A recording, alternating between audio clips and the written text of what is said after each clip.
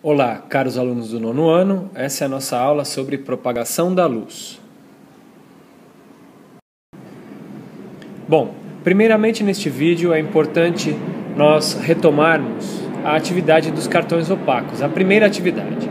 Então, nesta atividade nós temos uma fonte de luz própria, também conhecida como corpo luminoso, que está representado aqui pela vela. Sendo um corpo luminoso, a vela produz sua própria luz e emite raios luminosos para todas as direções. Os raios luminosos, nesse caso, estão representados por essas linhas retas em amarelo, já que, durante toda a aula, nós constatamos que a luz se propaga em linha reta na atmosfera terrestre. Ainda nessa atividade, nós temos 3 cartões que representam os objetos opacos, isto é, um objeto que impede a propagação da luz por não deixar que os raios luminosos o atravessem. Então vejam que os raios luminosos que acertam o primeiro cartão nos locais que não estão furados, eles não são capazes de atravessar o cartão. E isso está representado no desenho pelo fato da linha reta terminar no cartão.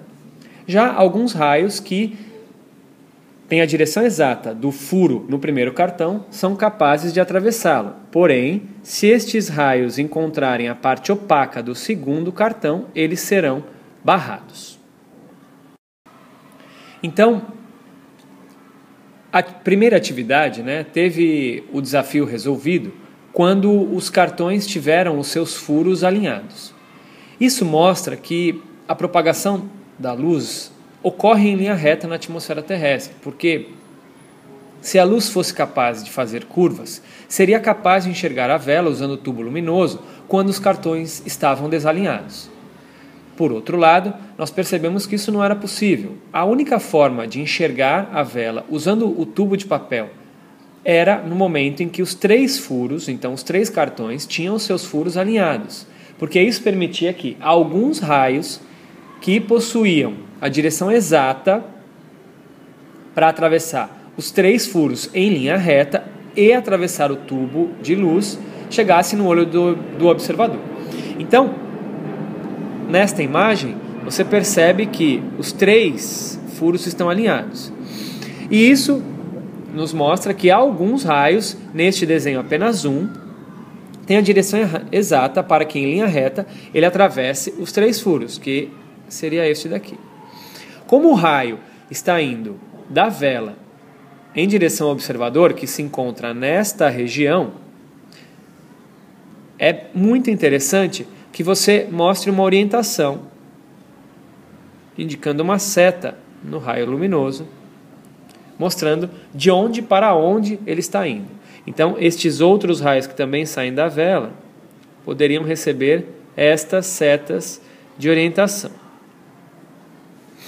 Bom, para nós colocarmos o tubo luminoso nesta imagem, o tubo luminoso estaria nesta região. O tubo luminoso não, o tubo de papel sulfite, e o observador estaria com o olho num desenho fora de escala, atrás do tubo de luz. Então, o raio luminoso atravessa os 3 furos dos cartões, continua em linha reta, atravessa o tubo de papel e chega no olho do observador. E assim ele consegue ver um pedaço da vela, e é nesta montagem que nós temos a resolução da primeira atividade. Na segunda atividade, nós tínhamos agora um cartão totalmente opaco e sem furo, obstruindo a passagem da luz que saía da vela. Então, neste desenho, nós temos representado o obstáculo para a propagação dos raios luminosos, mostrando que esse cartão é opaco. Colocando as setas, mostrando a orientação de cada raio luminoso, e isso é extremamente importante num desenho que representa os fenômenos luminosos. Nós podemos perceber então que os raios luminosos saem da fonte de luz para várias direções. Os raios luminosos que atingem o cartão opaco são barrados, interceptados e têm então a sua propagação terminada exatamente no cartão. O espelho plano nos ajudou a resolver o desafio da atividade 2 porque o espelho plano é um objeto opaco com a capacidade de refletir muito bem a luz. Ele reflete tão bem a luz que nós conseguimos direcionar o local onde esses raios luminosos irão chegar, né? Dependendo da posição que você coloca o espelho. Então, alguns alunos perceberam que, mudando a posição do espelho, você conseguia fazer com que alguns raios luminosos que saíam da vela atingissem o espelho e fossem direcionados para o segundo cartão.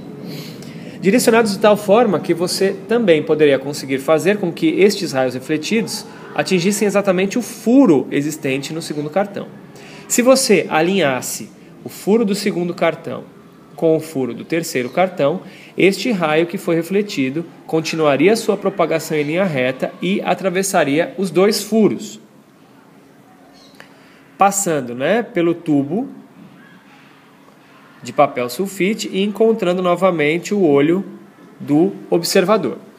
Então, o espelho tem uma capacidade enorme de reflexão da luz, a ponto de nós conseguirmos direcionar para onde esses raios vão. Mas, se os cartões não tivessem os seus furos alinhados, a atividade não poderia ser resolvida, mesmo com o espelho refletindo a luz. Aqui vale retomar que eu estou resumindo a quantidade de raios luminosos que são emitidos pela vela, A vela emite muito mais raios luminosos do que esses que estão desenhados. E para completar o desenho, eu preciso colocar a orientação, então a seta, em alguns desses raios, mostrando que eles saem da fonte e se direcionam para outros lugares. Na terceira atividade, nós trocamos o cartão opaco que escondia a vela por um cartão de papel vegetal. O papel vegetal é um objeto semitransparente, também chamado de translúcido. Algo que está intermediário entre o objeto opaco, aquele que intercepta todos os raios luminosos e impede a propagação deles, e o outro extremo seria o objeto transparente, aquele que permite a passagem da maior parte dos raios luminosos que o atingem. Então, os raios luminosos são capazes de atravessar os objetos transparentes. Um objeto semitransparente, ou translúcido, é aquele que deixa passar parte dos raios que o atingem e intercepta a outra parte desses raios. Então, aqui no desenho, eu representei a vela emitindo muitos raios luminosos, alguns destes com a mesma direção, formando então feixes de raios luminosos. No desenho, o feixe de raio luminoso está representado por estas retas mais grossas. Então, colocando a orientação nelas, nós percebemos então que esta fonte luminosa ela emite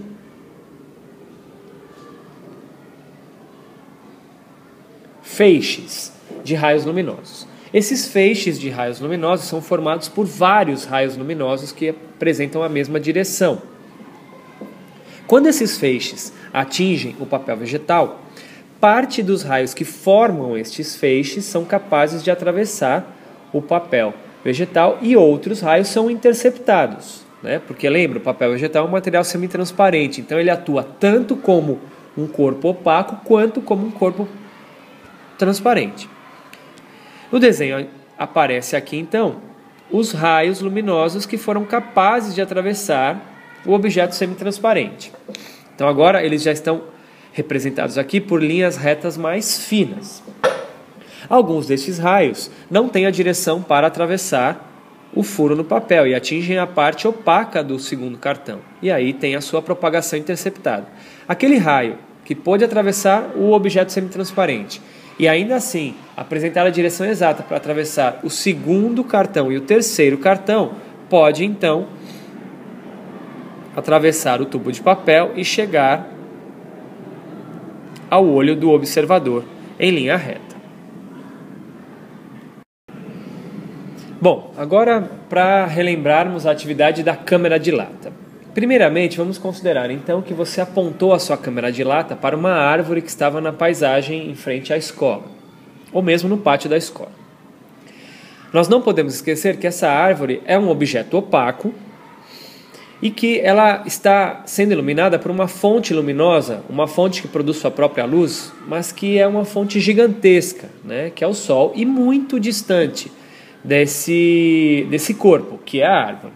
Então a árvore recebe raios de todas as direções, raios luminosos. Na verdade, a árvore recebe inúmeros, milhares, milhões de feixes de raios luminosos solares, que, nesta imagem, eu estou representando por estas linhas amarelas. Então essas linhas amarelas representam feixes de raios luminosos com a sua orientação, mostrando então que eles estão vindo de uma fonte de luz e atingindo a árvore. Nesse caso eu indiquei apenas uma parte da árvore sendo iluminada, porque nós iremos fazer toda a reflexão considerando que o observador e a câmera estão nesta região da imagem. Então, quando nós apontávamos a câmera para essa árvore, por exemplo, o resultado final era esse representado aqui. Então, imagine que a câmera de lata foi cortada ao meio e nós podemos então agora enxergar o seu interior. Nós temos a imagem no fundo da câmera, nítida, colorida e de ponta cabeça. O observador estaria então aqui, nesta região, né? Nós até poderíamos desenhar fora de escala o olho do observador.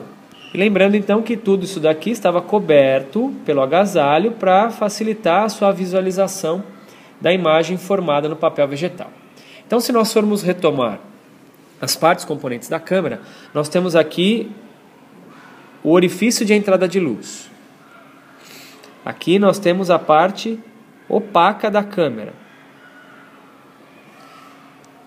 E, por fim, no fundo da câmera, nós temos o papel vegetal, o local que receberá os raios luminosos que puderam entrar na câmera. Então, vamos ver agora como que esses raios luminosos entraram na câmera e fizeram com que a imagem se tornasse invertida, de ponta cabeça. Quando a árvore recebe os feixes de raios luminosos, então estes aqui,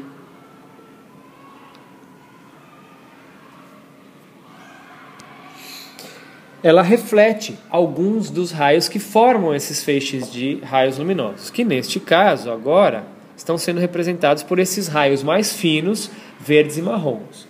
Eu representei esses raios verdes e marrons porque eles estão saindo de áreas que apresentavam essas cores nas árvores. Então, quando um feixe de raios luminosos atinge as folhas opacas e verdes das árvores, elas emitirão raios luminosos de cor verde. Então, aqui nós indicaríamos então uma seta com um outro sentido, mostrando que este feixe chegou na árvore e este raio verde saiu da árvore, tá? Então, lembre-se, eu tentei representar inúmeros raios nessa imagem, mas mesmo assim esta imagem é um resumo, é uma simplificação enorme da realidade. A árvore, naturalmente, recebe milhões de feixes de raios luminosos, que por si, cada feixe é formado por milhões de raios luminosos. Então a árvore reflete milhões ou milhares de raios luminosos para várias direções. Então nós temos um objeto iluminado, um objeto que emite luz, mas esta luz não foi produzida nele mesmo, ela foi refletida.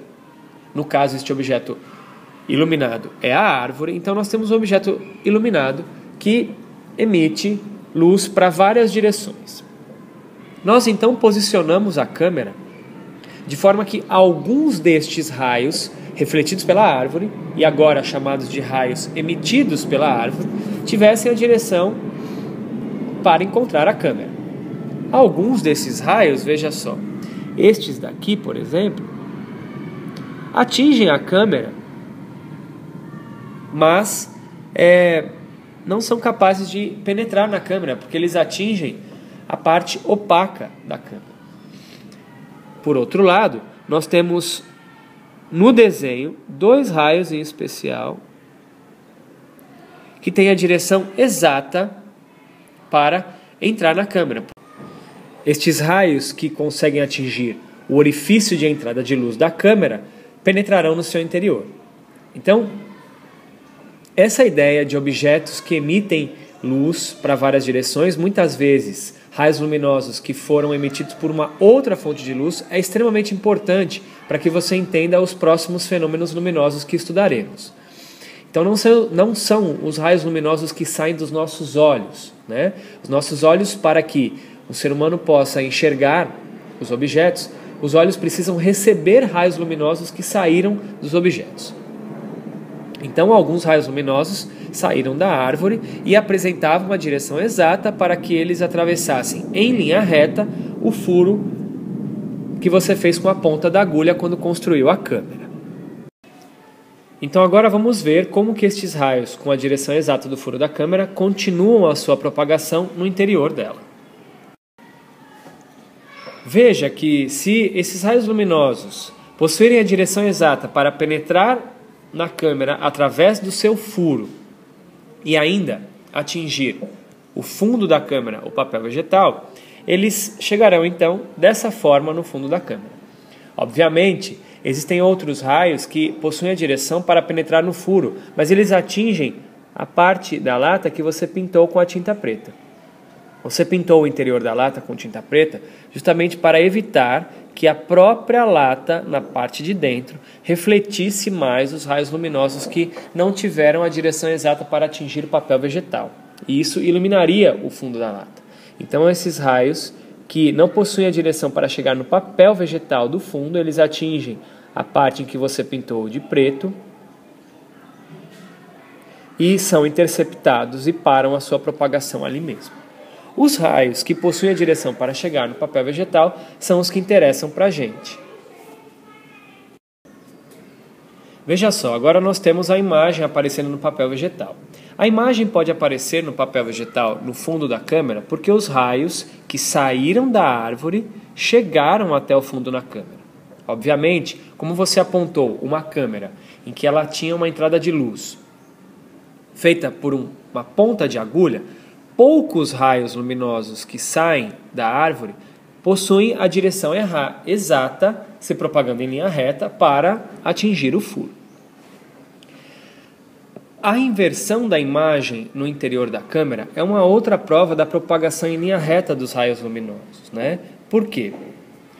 Como o furo é muito pequeno, e a lata também, os raios que saem da parte de cima da árvore e que possuem a direção exata para passar pelo furo, sendo ele pequeno, inevitavelmente esses raios terão a direção inclinada de cima para baixo. Então eles vão atingir a parte de baixo do papel vegetal. Os raios que saem da base da árvore e possuem a direção para atravessar o furo são aqueles raios inclinados, né, e que se propagam de baixo para cima. E por isso eles vão atingir a parte de cima do papel vegetal. Então, os raios que saíram da parte de cima da árvore, eles representam esta parte da árvore.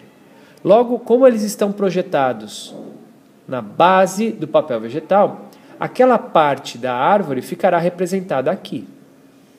Os raios que saem da base da árvore representam esta parte da imagem. Eles levam esta informação da imagem. Então, como eles se projetam no topo do papel vegetal, aquela parte da imagem ficará representada nesta região. E assim a imagem aparece de ponta cabeça.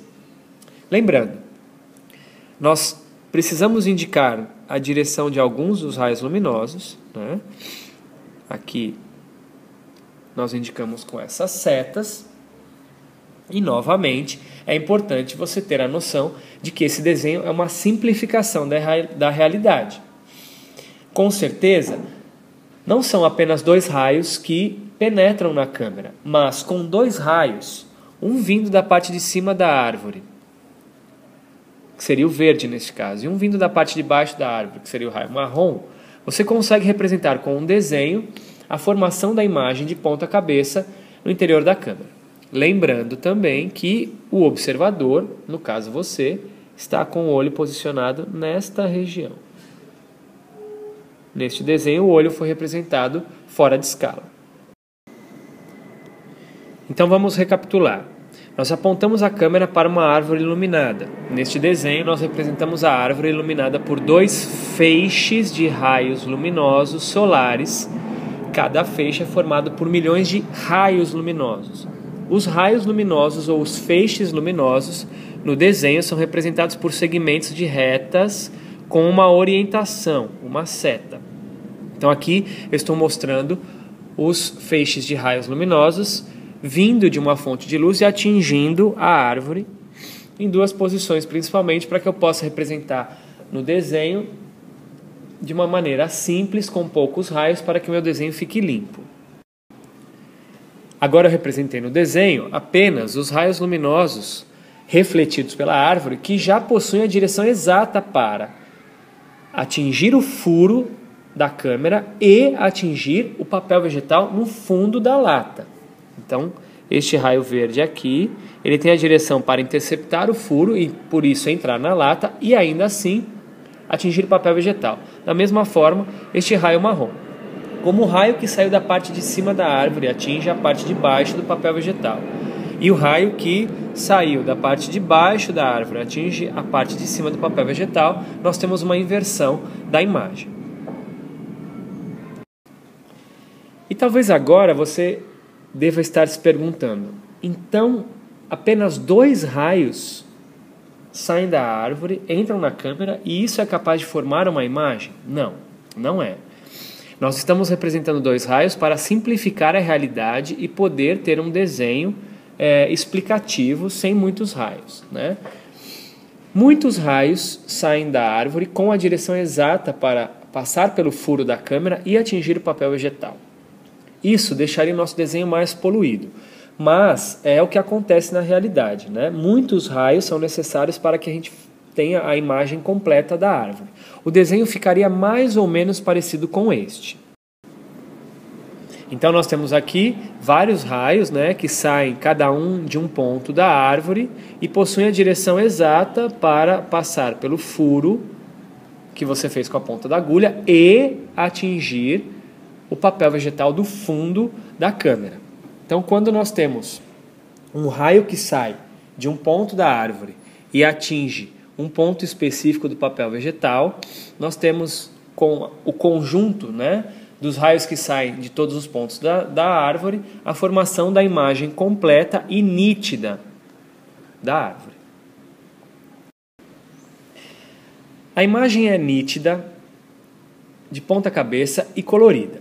Talvez você tenha sentido uma certa dificuldade para enxergar a imagem, porque como o furo da câmera foi feito com a ponta de uma agulha, ele era um furo muito pequeno. E isso faz com que pouca luz entre na câmera, né?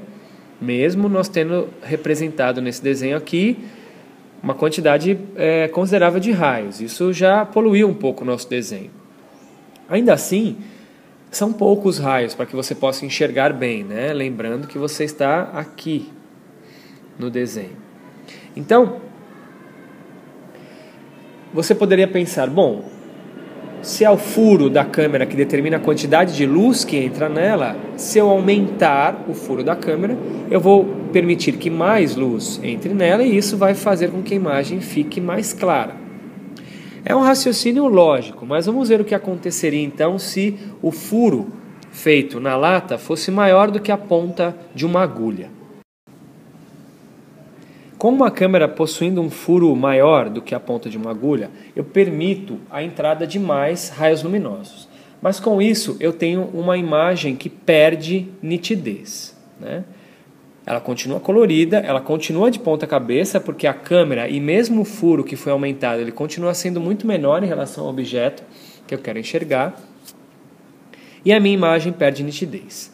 Por que a minha imagem perde nitidez? Nós temos uma perda de nitidez aumentando o furo, porque veja só, quando você faz isso, você permite que raios que saem do mesmo ponto da árvore, mas que tenham direções levemente diferentes, inclinações levemente diferentes, eles atingem pontos diferentes do papel vegetal. Então, lembra, o feixe de luz ele é formado por vários raios luminosos. Esses raios luminosos, quando eles atingem um ponto da árvore, eles acabam refletindo levemente diferente, com inclinações diferentes. Então eles saem do mesmo ponto da árvore, eles levam a mesma informação, a mesma imagem, mas eles têm inclinações que não são idênticas. Essas inclinações, com o furo maior, permitem que esses raios atravessem o furo e atinjam o papel vegetal, só que em pontos diferentes. Então os raios saíram do mesmo ponto do objeto, mas eles atingiram pontos diferentes do papel vegetal. Com isso, a imagem daquele ponto aparece em pontos diferentes do papel vegetal. Então seria como se eu tivesse algumas imagens sobrepostas, e isso vai tirando a minha nitidez. O mesmo acontece com os raios que foram representados saindo da base da árvore. Eles saíram do mesmo ponto, com inclinações levemente diferentes, e por isso eles atingiram locais diferentes do papel vegetal. Quando eu tenho raios que saem do mesmo ponto do objeto, mas atingem pontos diferentes do papel vegetal, eu tenho perda de nitidez. O que também poderia acontecer com um furo maior seriam raios que saem de pontos diferentes da árvore e atingem o mesmo ponto no papel vegetal. Isso também vai fazer com que a minha imagem fique bagunçada e sem nitidez. Por isso que é um contrapeso. Se você aumentar o furo da câmera de lata, você perderá nitidez. Se você diminuir o furo da câmera de lata, você ganhará nitidez, mas a visualização da imagem ficará um pouquinho mais difícil porque a quantidade de luz que penetrou na câmera será menor. Espero que você tenha aproveitado a videoaula. Use este vídeo para responder o arquivo de questões que está no Moodle virtual e qualquer dúvida a mais, me procure nas aulas de ciências. Aquele abraço.